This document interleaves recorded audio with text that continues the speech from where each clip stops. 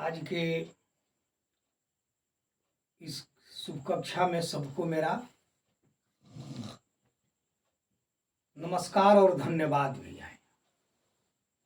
जैसा कि अभी हम लोग इसके पहले अनुवाद सीखने की विधि को समझ रहे हैं और मैं उम्मीद करता हूं इसके पहले जितने भी हमने वीडियो में अनुवाद बनाने का जो विधि बताया है लगभग सभी शिष्या समझ गए होंगे।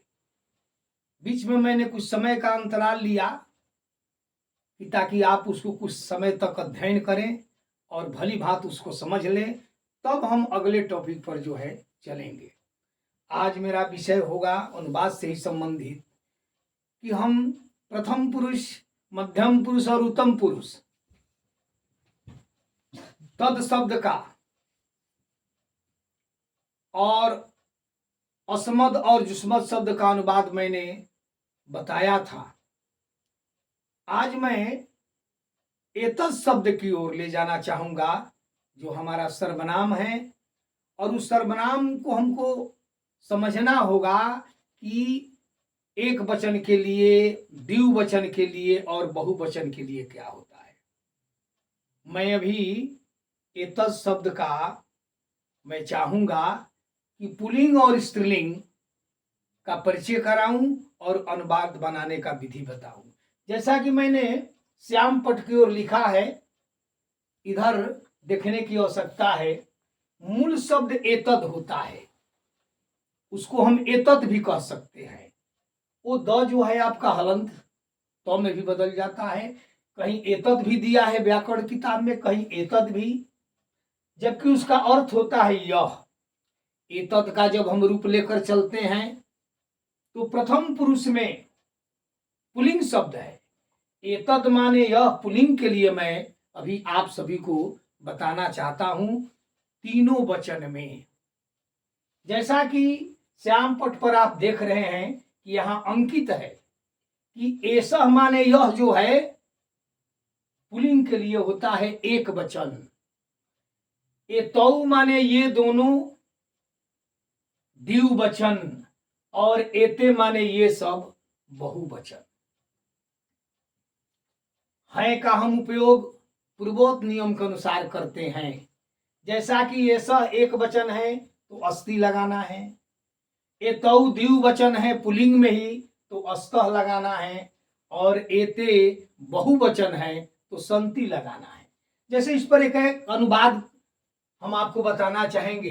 जैसे यह एक लड़का है तो हम यह का पुल्लिंग में ऐसा लिखेंगे, और एक का संस्कृत एक होता है तो यहाँ एक बालक अस्ति, एक बालक अस्ति, क्योंकि ऐसा एक वचन हो गया और बालक जो है पुल्लिंग है, और बालक का एक वचन में बालक जैसा जानते हैं, और हर एक का उपयोग हम अस्ति से ही करेंगे।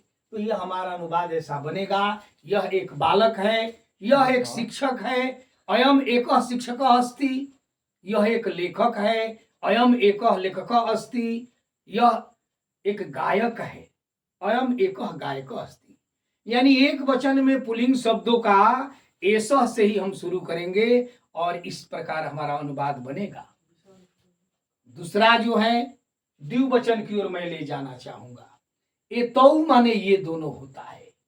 तो जैसा कि हम जानते हैं कि एतौ माने ये दोनों होता है, तो जैसे अस्त है का प्रयोग होता है। ये दोनों, मान लीजिए कि ये दोनों लड़के हैं तो यहां हम ये दोनों का संस्कृत द्विवचन में एतौ लिखेंगे, और बालक के लिए द्विवचन में बालकौ, और है का संस्कृत अस्तः प्रयोग करेंगे तो हमारा अनुवाद बनेगा एतौ बालकौ अस्त, एतौ शिक्षकौ अस्त, एतौ लेखकौ अस्त, एतौ कृषकौ अस्त।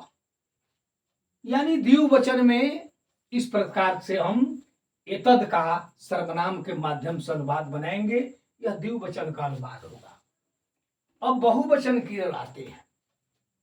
तो एतद का रूप मैंने बताया कि एसह एतौ एते, एसह एक वचन जो मैंने समझा दिया आपको, एतौ ये दोनों द्विवचन, इसका भी प्रयोग मैंने बताया।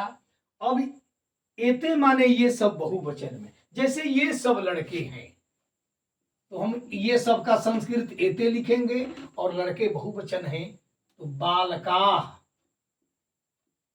और इसके साथ संति का प्रयोग करेंगे। तो एतद शब्द का हम इस प्रकार रूप चलाकर एक वचन, द्विवचन और बहुवचन कर्ता के रूप में समझ करके, और इस प्रकार हम अनुवाद बनाएंगे।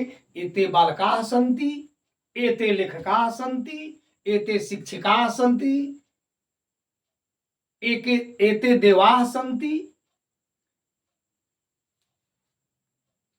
एते धावकाः सन्ति। इस प्रकार के अनेकों अनुवाद आएंगे जिसको मैं इसी विधि से बनाने का प्रयास करूंगा, और आप इसको भली भांति समझेंगे। अब मेरा ये कथन है कि एतद का तो हम समझ गए कि ऐसा, एतौ और एते, एक वचन, द्विवचन, बहुवचन। यह का दूसरा भी शब्द होता है पुल्लिंग में। इंग्लिश में हम केवल ईट और दिस जानते हैं। ईट माने यह और दिस माने यह। ईट का प्रयोग हम नेचुरल वस्तुओं के लिए भी करते हैं। दिस का हम प्रयोग समान अर्थ में, जैसे यह एक किताब है, दिस इज ए बुक करते हैं। लेकिन हमारे संस्कृत साहित्य में दो दो शब्द का उद्भव हुआ है। हमारे साहित्यकारों ने, हमारे विद्वानों ने किया है। पुल्लिंग के लिए दिया, दूसरा भी पुल्लिंग के लिए बताया कि मूल शब्द इदम होता है, और इदम माने यह भी सर्वनाम ही है। इसका जब रूप हम चलाते हैं तो अयम, इमौ, इमे, अयम माने यह एक वचन, इमौ माने ये दोनों द्विवचन, और इमे माने ये सब बहुवचन। जैसा एतद पर अभी हम लोग पुल्लिंग, दोनों का पुल्लिंग के लिए उपयोग है, दो दो शब्द का निर्माण हुआ है। तो अब हम इदम के पुल्लिंग शब्दों के साथ करते हैं। जैसे यह एक बालक है, पहला अनुवाद हम ऐसा के अनुसार बनाए, और इदम के अनुसार हम बनाएंगे कि अयम एकः बालकः अस्ति, अयम एकः बालकः अस्ति।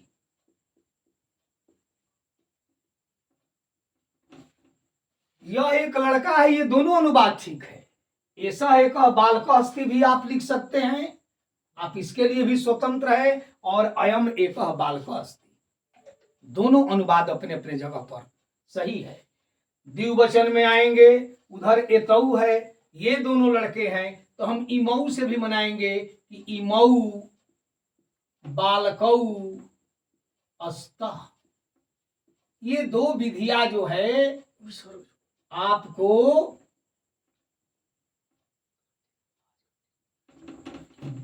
बनाने के तरीका है। चाहे आप एतद से बनाएं या इदम शब्द से बनाएं, दोनों पुल्लिंग के लिए ऐसा नियम है। बहुवचन में आते हैं कि ये सब लड़के हैं, उधर हम लिखे हैं कि एते बालकाः सन्ति, तो इसके अनुसार बनाएंगे कि इमे बालकाः सन्ति,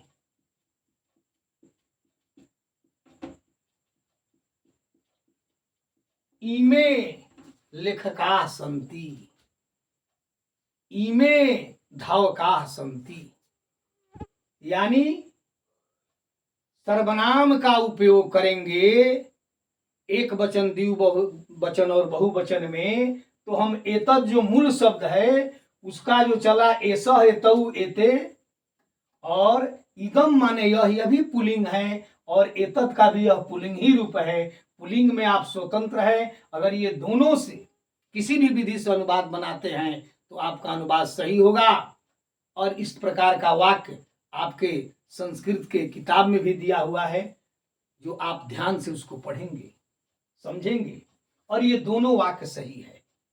अगर विद्यार्थी इसमें से दोनों में से किसी विधि का उपयोग करता है उसका अनुवाद बिल्कुल सही होगा, कोई नहीं काट सकता है उसका।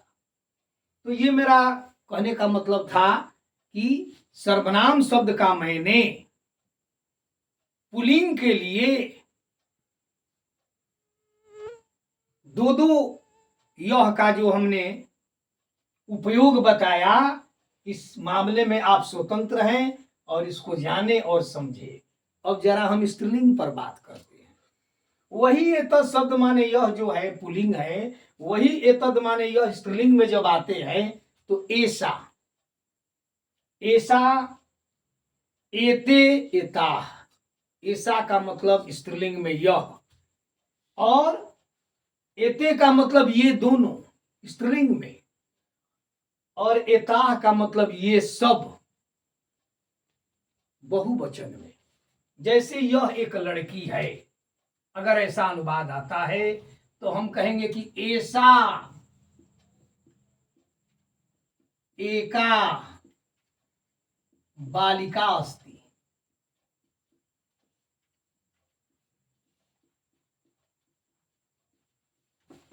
उसी एतद का पुल्लिंग में ऐसा हुआ और उसी एतद से स्त्रीलिंग में ऐसा हुआ। ऐसा भी सवाल आ जाए कि ऐसा का स्त्रीलिंग बताएं तो हमें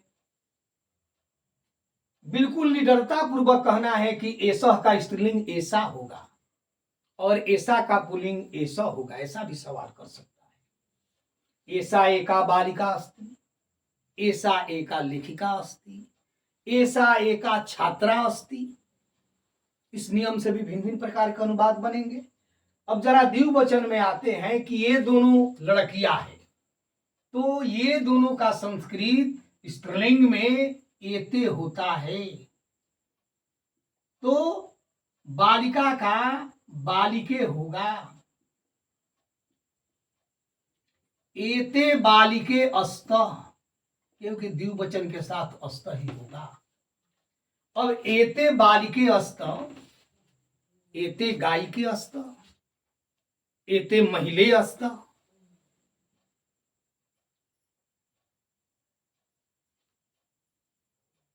एते शिक्षिके अस्त। शिक्षिका, शिक्षिके, शिक्षिका द्विवचन में स्त्रीलिंग के लिए, अध्यापिका के लिए। एते अध्यापिके अस्त, ये दोनों अध्यापिका है। स्त्रीलिंग के लिए द्विवचन में हम एते का प्रयोग करते हैं। अब बहुवचन में जब आते हैं कि ये सब लड़कियां है, तो यहां ये सब का संस्कृत एताह है, और बहुवचन में बालिका होता है, और हैं का उपयोग हम संति से ही करते हैं। तो यहां हम लिख सकते हैं एताह बालिका संति, ये सब लड़कियां है। एताह गायिका संति, ये सब गायिका है। एताह लेखिका संति, ये सब लेखिकाएं हैं। यानी स्त्रीलिंग में भी हम ऐसा एक वचन, एते द्विवचन, एता बहुवचन, यह के लिए होगा। जैसा हमने कहा कि एतद का पुल्लिंग हुआ ऐसा हेतु एते, तो इधर एतद का स्त्रीलिंग हुआ ऐसा एते एता। फिर दूसरा जो पुल्लिंग में इदम माने यह, जिसका रूप बताया कि अयम इमऊ इमे, तो यहां इदम माने यह स्त्रीलिंग के लिए भी दिया है। उसका रूप कैसे चलता है? तो इयम माने यह एक वचन, इमे माने ये दोनों द्विवचन, और इमाह माने ये सब बहुवचन। उसी तरह फिर दूसरा नियम स्त्रीलिंग का बनाने का, एक तो एतद के माध्यम से बताया गया। अब मूल शब्द इदम है और इदम के स्त्रीलिंग में यह एक लड़की है। अगर आप बना रहे हैं ऐसा एका बालिका अस्ति एतद के अनुसार, और नहीं तो इयम एका बालिका अस्ति।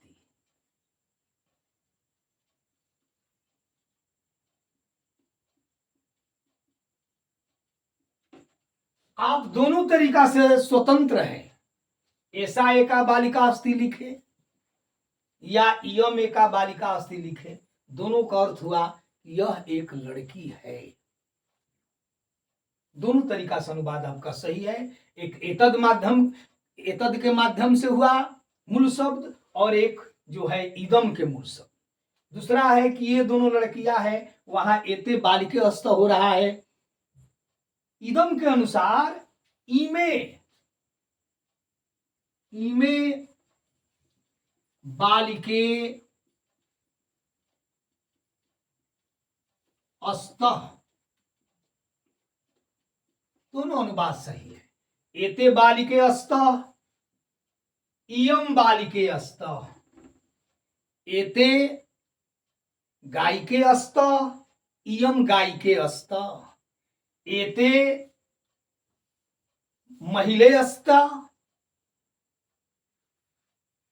इमे महिले अस्तः, दोनों अनुवाद सही है। इसलिए व्याकरण में, संस्कृत में यह के लिए पुल्लिंग दो दो दिया है, एक वचन, द्विवचन, बहुवचन, और स्त्रीलिंग के लिए भी दो दो दिया है। जो हमें सरल विधि लगे या जो दोनों में से जो भी हमको याद है उस विधि से बना सकते हैं। ऐसा नहीं है कि हम एक ही नियम जानते हैं, भूल गए तो हमसे नहीं बनेगा। हम इस दोनों में से किसी को याद रखते हैं तो हमें अनुवाद बनाने में बड़ी ही सुविधा होगी और बहुत सरलता पूर्वक हम बनाएंगे। अब जरा बहुवचन में आते हैं। ये सब लड़कियां है, एतद के माध्यम से स्त्रीलिंग में एताह बालिका संति है, तो इदम के माध्यम से हम लिखेंगे इमाह, इमाह बालिका संति, इमाह बालिका संति, ये सब लड़कियां है। इमाह गायिका संति, इमाह छात्रा संति, इमाह अध्यापिका संति, इमाह धाविका संति, इमाह विधायिका संति। हम दो दो जान गए स्त्रीलिंग के लिए, दो जान गए पुल्लिंग के लिए।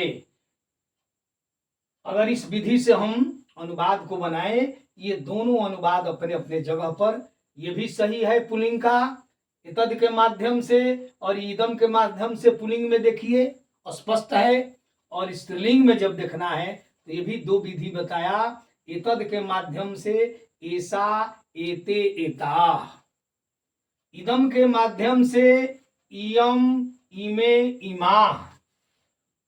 और संस्कृत पढ़ने के लिए जब हम अनुवाद जान जाते हैं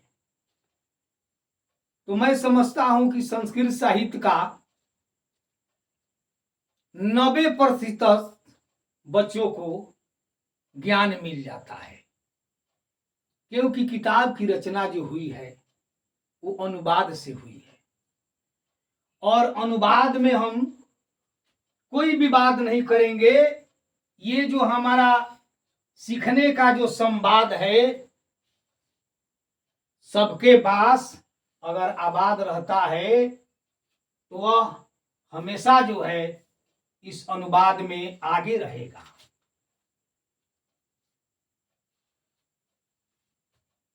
इसलिए मैंने पहले भी कहा था कि अनुवाद की छोटी से छोटी चीजों को मैं लेकर चलूंगा, और यह व्याकरण इसलिए लेकर मैंने चला कि भिन्न भिन्न विद्यालयों में भिन्न भिन्न प्रकार के किताबें चलाई जाती है संस्कृत के, लेकिन ग्रामर की तो व्यवस्था वही रहेगी। ग्रामर सबके लिए उपयोगी है।